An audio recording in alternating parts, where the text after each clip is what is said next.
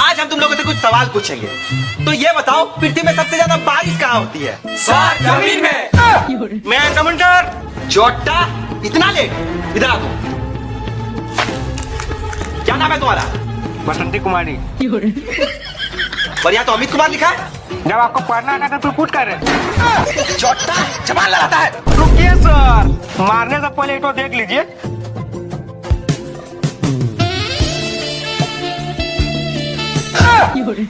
बेटा तुम लेट से नहीं आया, ये सब जल्दी आ गया। चलो बेटे बैठो। तो बच्चों, तुम लोगों को एक दिन के लिए देश का प्रधानमंत्री बना दिया जाए तो तुम लोग देश के लिए क्या करेगा? सर हम अपना देश को सूरज पे ले जाएंगे। बहुत बढ़िया। सर हम बोले, हाँ बोलो। सर हमको अगर एक दिन के लिए प्रधानमंत्री बना दिया जाएगा ना तो हम केले के पेड़ में सेब उगाएंगे। केले के पेड़ में सेब तेरा बाप लगाएगा? तो सर हमको एक दिन के लिए देश का प्रधानमंत्री आपका बाप बनाएगा।